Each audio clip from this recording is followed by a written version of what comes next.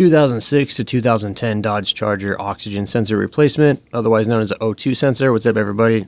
I have a Dodge Charger RT. It's the Hemi with the 5.7 liter. And I have these codes right here, P0038 heater control circuit on bank 1. Now this is bank 1 on the driver's side, and this is bank 2 on the passenger side. Or maybe you don't have codes, maybe you just have an O2 monitor that won't run after being driven for a while. If you're in a state that has smog tests, then you need to have all your monitors ran. Replacing the O2 sensors will could fix the O2 monitor problem, but then if you have the codes, then you probably just need an O2 sensor. I'm going to show you how to replace them. And they're both, these ones are the back ones, so they're like in the cat in the middle. They're right here, and they're actually not too bad. The wire harness is not too long. Here's my new ones. These are from Dodge. These have like numbers on the front, but these aren't the part number. The actual part number is right here. Right here, I'll show you where it says PN. So they sell these OEM ones on Amazon. I highly recommend it. With O2 sensors, you always go dealership OEM if you can.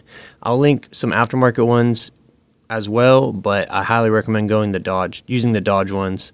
And your tools you're going to use is a 22 millimeter wrench. You can kind of get a wrench on here and unscrew it. Or if you want to get an O2 sensor socket, some people like to use those instead. I'll link those below too. They just kind of fit over it like that, and then you could just unscrew it like a socket. And then we're going to need some oil penetrant. Go ahead and soak these before you try to remove them. The longer you let them sit like that, the easier they'll be to get out, because the threads get kind of stubborn over time. Now these connectors for the bank 1 driver's side is right here. You want to push the little thumb tab down and then pull the connector backwards like that. Yours most likely will not be that smooth. Over time these get like grime and whatever in there, so they could be kind of a pain to get out. Got my wrench here. I'm gonna go ahead and just get it on here and unscrew it. Now once you break it loose, you only have to go a few turns before you could just use your hands to unturn it, most of the time. And when you unscrew it, you need to move the harness with the O2 sensor, otherwise the harness will just twist and turn. Now if you're planning on throwing this out, I mean, you could break it or cut it, whatever you want, but just in case you might need to put it back in, I would just do it the right way. Alright, here's my old one right here. Now my dealer one I got right here. Highly recommend going OEM if you want to avoid just silly problems. Take the thread protector cap off. Try not to get anything on the sensor itself, like none of that anti-seize or nothing on it. And then we're just going to go ahead and put this guy back in here.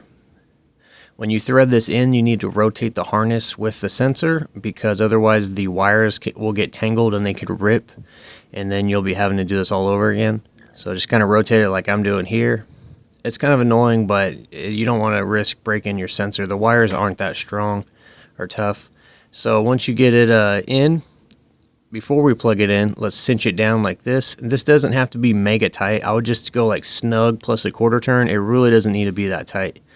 About there is good. And then I'll go ahead and just plug this connector in. Route it behind this cable right here. The cable kind of acts as like a guide to keep it away from the exhaust from getting melted. Alright, go ahead and plug that in right there. Boom, and that's bank 1. That's done. Now I'm going to go to bank 2. This is the passenger side. Disconnect the connector. Push the thumb tab. Same style connector. It's actually the same exact sensor. So go ahead and pull this out like this. And then this one over here, like I said, you could get O2 sensor socket or the wrench. I have this car up on a lift, so I have the luxury of having room. But I'm going to link a O2 sensor socket. That's like a low profile one that's made for like kind of being underneath the car in like tight areas.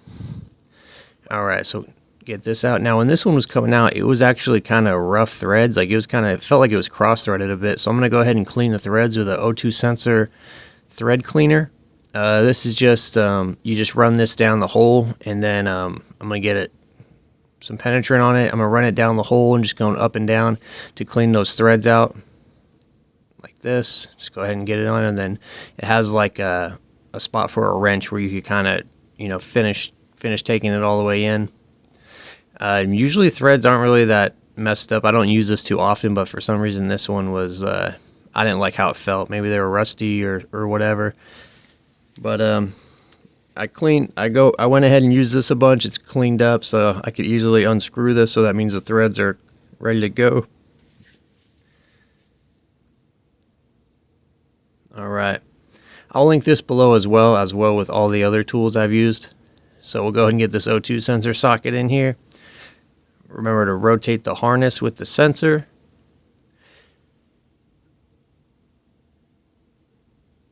All right, then we'll cinch it down with my wrench or your O2 sensor socket, whatever you got. Route the wire harness behind this ATF line. They kind of act as like a guide, so the wire harness doesn't sit on the exhaust and get melted. All right, that's how it should look right there. And that's it, guys. You're pretty much done. You don't need to program nothing or anything for the sensors. However, if you have a check engine light on, you're going to need to drive it quite a while for the O2 monitor to run and reset the light. I'll link my scanner below. You could clear the code yourself with a scanner.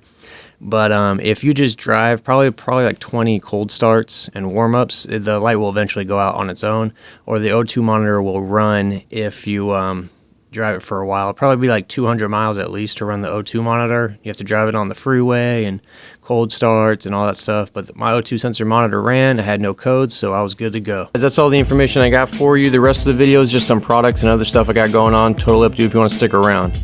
I got a 15% off Oxido.com promo code. Now, Oxido has a bunch of products, but what they're mostly known for is their really good aftermarket headlights.